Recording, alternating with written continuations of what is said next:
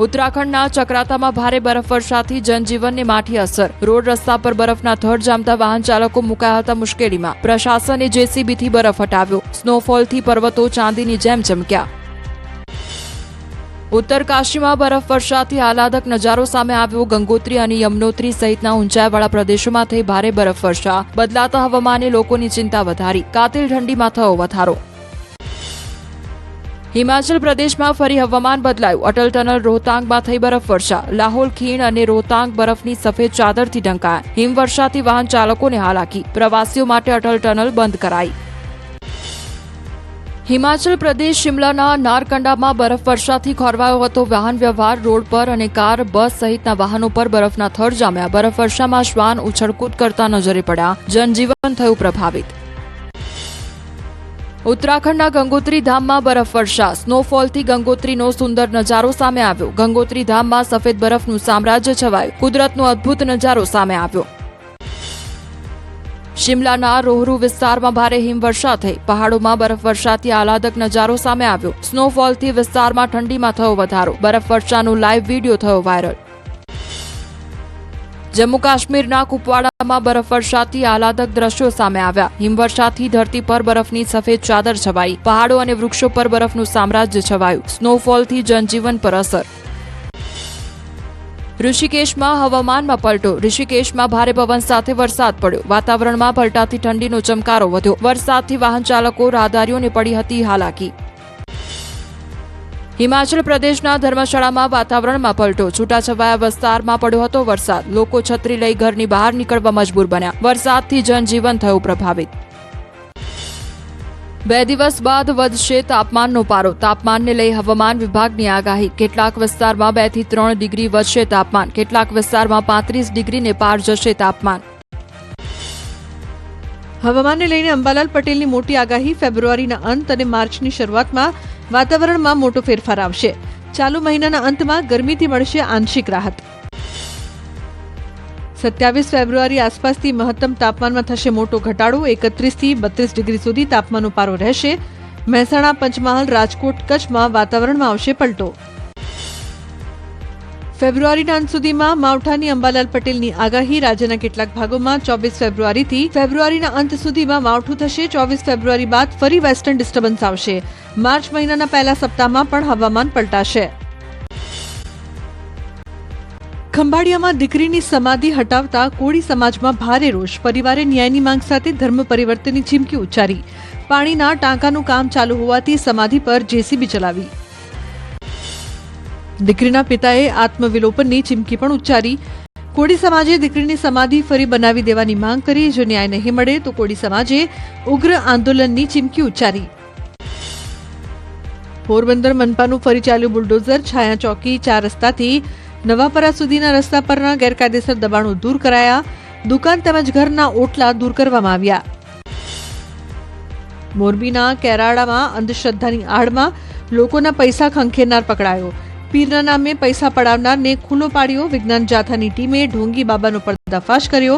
જયંત પંડ્યાએ ફિરોઝ કાદરીને આપી વિજ્ઞાનની સમજ. વડોદરા મનપાના બાબુઓની સાયરન છીનવાઈ. ડેપ્યુટી કમિશનર, આરોગ્ય અધિકારી, સિટી એન્જિનિયરના વાહનો પરથી સાયરન ઉતારી લેવાઈ. જોકે પાલિકાના 5 પદાધિકારીઓ અને મ્યુનિસિપલ સેક્રેટરીની ગાડીઓ પર સાયરન યથાવત. ચિઠ્ઠી ઉછાળી કોન્ટ્રાક્ટ આપતા વિવાદ. 6.15 કરોડનો કોન્ટ્રાક્ટ ચિઠ્ઠી ઉછાળી આપતા વિવાદ. હેલ્થ એન્ડ સોલિડ વેસ્ટ કમિટીમાં ચિઠ્ઠી ઉછાળી અપાયો કોન્ટ્રાક્ટ. કેસ રાઇટર અને જુનિયર ક્લાર્કને કોન્ટ્રાક્ટ પર લેવા બહાર પાડ્યું હતું ટેન્ડર. એઆઈસીસીના રાષ્ટ્રીય સચિવ રામકિશન ઓઝા અમદાવાદની મુલાકાતે. અમદાવાદ મનપાના કોંગ્રેસ પક્ષના કાઉન્સિલર સાથે બેઠક કરી. કોંગ્રેસ પક્ષે બજેટમાં 810 કરોડના સુધારા અંગે ચર્ચા કરી. ભાવનગર શહેરના યશવંતરાય નાટ્યગૃહ શરૂ થવાને જાણે ગ્રહણ લાગ્યું. ફાયર એનઓસીના વાંકે નાટ્યગૃહ શરૂ કરવામાં થયો વિલંબ. ફાયર સેફટીનું 1 માસનું કામ 3 મહિને પણ અધૂરું. તપાસમાં ક્ષતિઓ જણાતા ન મળ્યું ફાયર એનઓસી. ખેડાના માતરમાં બાળકોને મધ્યાહન ભોજન માટે સડેલા ચણાનો જથ્થો અપાયો. મધ્યાહન ભોજનમાં પીરસવામાં આવતા ચણા ખરાબ હોવાથી બાળકોને નાસ્તાથી વંચિત રહેવાનો વારો આવ્યો. ન્યૂઝ 18 ગુજરાતીએ માતર તાલુકામાં ચણાના જથ્થાની તપાસ કરતા ચોંકાવનારા દ્રશ્યો સામે આવ્યા. ચણાના જથ્થામાં જીવાતો ફરતી જોવા મળી. સમગ્ર બાબતે મામલતદારને કરાઈ જાણ. મોરબીમાં પ્રજાના પૈસાના પથરા કરવામાં આવ્યા અને સીએમ આવાસ માટે આવેલી સિમેન્ટનો સંગ્રહ. દુકાનમાંથી મળી આવી 300 થેલી સિમેન્ટ. કોંગ્રેસ પ્રમુખે સિમેન્ટની વધુ 300 થેલીઓ શોધી. જવાબદારો સામે ફોજદારી ગુનો દાખલ કરવા માંગ. મહીસાગર જિલ્લામાં વીસી કર્મચારીઓની કમિશન બેઝ પોલિસી બંધ કરવા સરકારને રજૂઆત. કર્મચારીઓને પગાર આપીને કામ કરાવવા મંડળે માંગ કરી. જિલ્લાના વીસી મંડળે આ મામલે ડીડીઓને આવેદનપત્ર આપ્યું. ગીર સોમનાથના કોડીનારમાંથી ભૂતિયા આંગણવાડી ઝડપાઈ. કડવાસણ હાઈવે પર ભૂતિયા આંગણવાડી ઊભી કરનાર વિરુદ્ધ કડક કાર્યવાહી કરવામાં આવી. ખાનગી ટ્રાન્સપોર્ટ ઓફિસ તરીકે ઉપયોગ થતી જમીનમાં આંગણવાડીનું બોર્ડ મારી ગેરમાર્ગે દોરવા પ્રયાસ કરાયો. પૂર્વ સાંસદ દિનુભાઈ સોલંકીએ રાજકોટ કલેક્ટરને રજૂઆત કરી. ગીર સોમનાથના કલેક્ટર સામે કાર્યવાહી કરવા કરી માંગ. કલેક્ટર દિગ્વિજયસિંહ જાડેજાનું રાજકોટમાં 20 કરોડનું ફાર્મ હાઉસ હોવાનો દાવો કર્યો. સાથે જ તેમના પરિવાર પાસે 100 કરોડની મિલકત હોવાનો આરોપ. બોટાદના રાણપુરમાં યુવાનનું કાશ્મીરમાં મોત. સિદ્દીક મોદી નામના બિલ્ડરનું હાર્ટ એટેકથી મોત. શ્રીનગર ખાતે સારવાર દરમિયાન મોત. મૃતદેહને પ્લેન મારફતે લવાશે અમદાવાદ.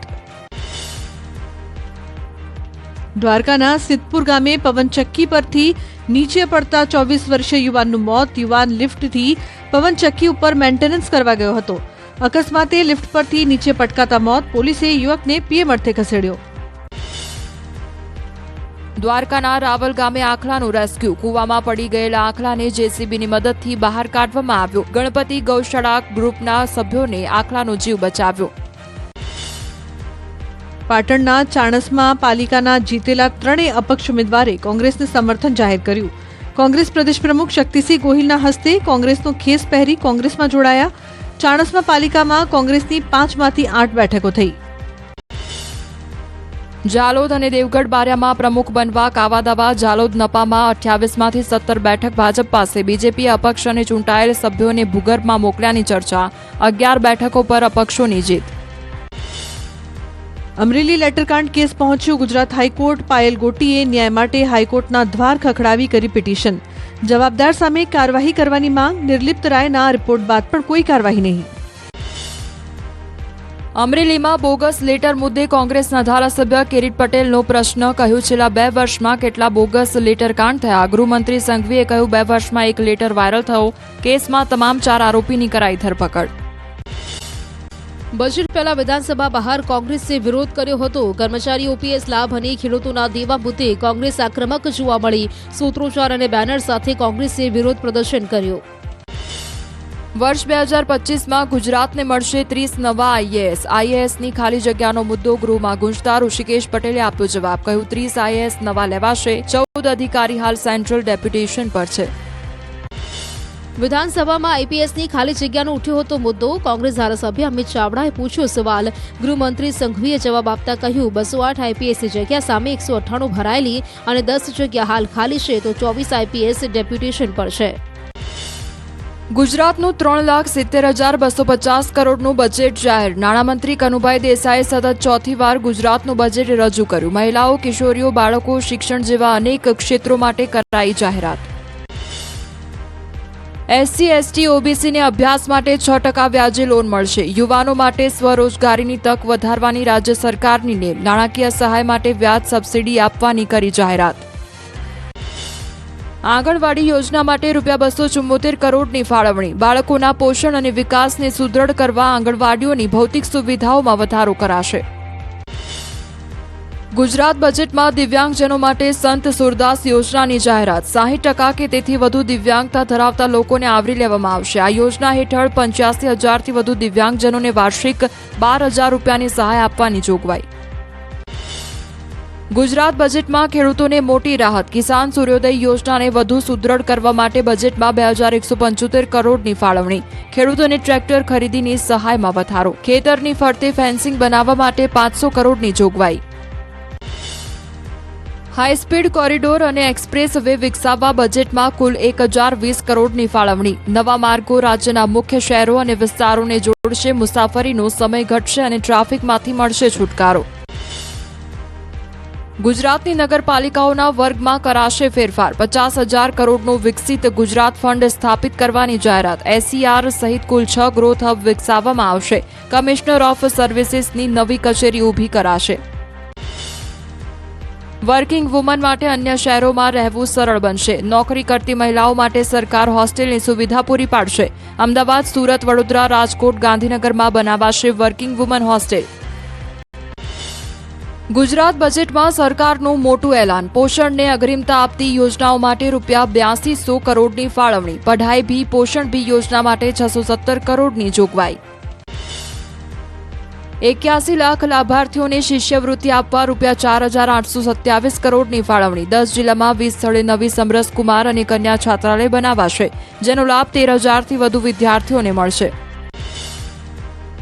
પ્રવાસન વિભાગ માટે બજેટમાં 6,505 કરોડની જોગવાઈ રોજગારલક્ષી ક્ષેત્ર વિકસાવવાથી યુવાનોને શહેરી અને ગ્રામ્ય ક્ષેત્રોમાં વિશેષ તકો ઊભી થશે હોટલ વ્યવસાય પરિવહન અને હસ્તકલા જેવા અનેક ક્ષેત્રોમાં મોટા પ્રમાણમાં રોજગારીનું સમર્થન થશે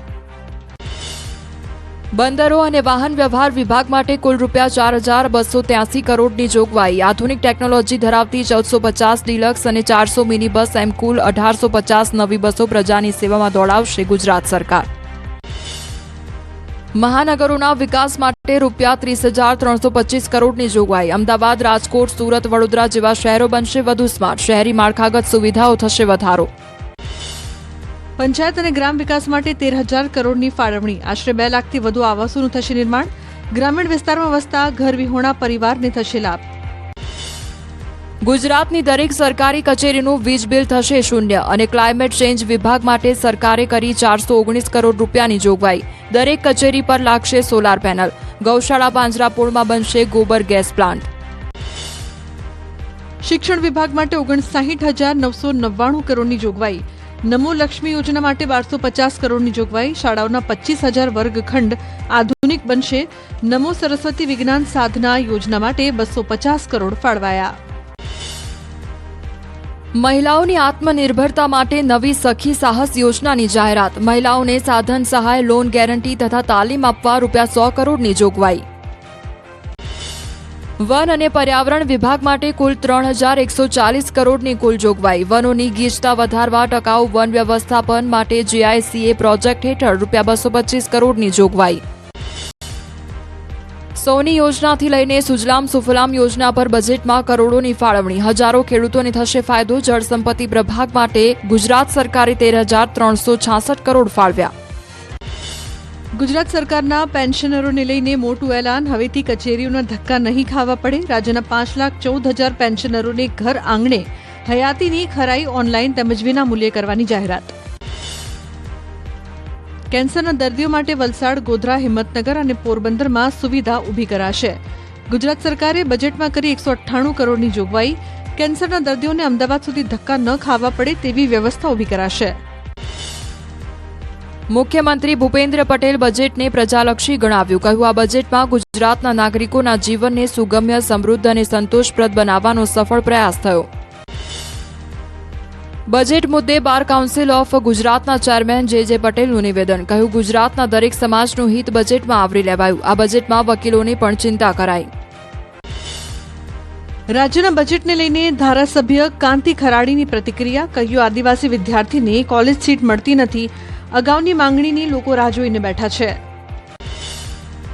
ગુજરાત બજેટને લઈને ધારાસભ્ય ઇમરાન ખેડાવાલાનું નિવેદન ઇમરાન ખેડાવાલાએ બજેટને ગણાવ્યું નિરાશાજનક કહ્યું ધાર્મિક સ્થળોને વિકાસની અંદર લેવા જોઈએ ગુજરાત બજેટને લઈને જ્વેલર્સમાં નારાજગી મંદીમાં સપડાયેલ ઉદ્યોગને ફરી ધમધમતું કરવા બજેટમાં કોઈ જોગવાઈ નહીં જ્વેલરી અને હીરા ઉદ્યોગ માટે નક્કર પગલાં લેવાની માંગ રાજ્ય સરકારના બજેટ સામે ડાયમંડ વર્કરમાં અસંતોષ બજેટમાં હીરા ઉદ્યોગ માટે કોઈ પણ રાહતની જોગવાઈ નહીં હાલ હીરા ઉદ્યોગમાં મંદીનો માહોલ ડાયમંડ વર્કરની રાહત પેકેજની માંગ ગુજરાતનું આ વર્ષનું બજેટ જામનગરના ખેડૂતોએ આવકાર્યું કૃષિ સિંચાઈ અને ગ્રામ વિકાસ માટે 41,000 કરોડથી વધુની જાહેરાતને આવકારી રહ્યા છે ખેડૂતો જામનગર અને થરાદમાં નવી કૃષિ કોલેજ સ્થાપવાની જાહેરાતથી ખેડૂતોમાં ખુશી દિલ્હીના નવા મુખ્યમંત્રી રેખા ગુપ્તાએ કહ્યું શીશ મહેલને મ્યુઝિયમ બનાવીશું આમ આદમી પાર્ટીએ એક રૂપિયાનો હિસાબ આપવો પડશે મુખ્યમંત્રી લોકોનું અભિવાદન ઝીલ્યું પીએમ મોદી આવશે ગુજરાત પ્રવાસે 7 માર્ચે સુરતના લીંબાયત ખાતે કાર્યક્રમમાં આપશે હાજરી 8 માર્ચે નવસારીની મુલાકાતે જશે પીએમ મોદી મહેસાણા મનપાનું બજેટ રજૂ મનપા કમિશનરે કર્યું બજેટ રજૂ 938.6 કરોડનું બજેટ રજૂ પાલિકાના બજેટ કરતાં મનપાના બજેટમાં 300 ગણો વધારો શહેરના 4 રોડ બનશે આઇકોનિક ભરૂચ જિલ્લામાં બોર્ડની પરીક્ષાને લઈ તૈયારીઓને આખરી ઓપ ધોરણ 10 અને 12 બોર્ડની પરીક્ષાને લઈ શિક્ષણ વિભાગે તૈયારીઓ પૂર્ણ કરી ભરૂચ જિલ્લામાં 33,000થી વધુ વિદ્યાર્થીઓ બોર્ડની પરીક્ષા આપશે રાજ્યના 20 જીએસ કેડરના અધિકારીઓને અપાઈ બઢતી ગેસ કેડરના અધિકારીઓને આઈએએસનું પ્રમોશન ભારત સરકારના પર્સનલ ડિપાર્ટમેન્ટ દ્વારા બઢતી કરાઈ રાકેશ વ્યાસ ચંદ્રેશ કોટક આઈએએસ બન્યા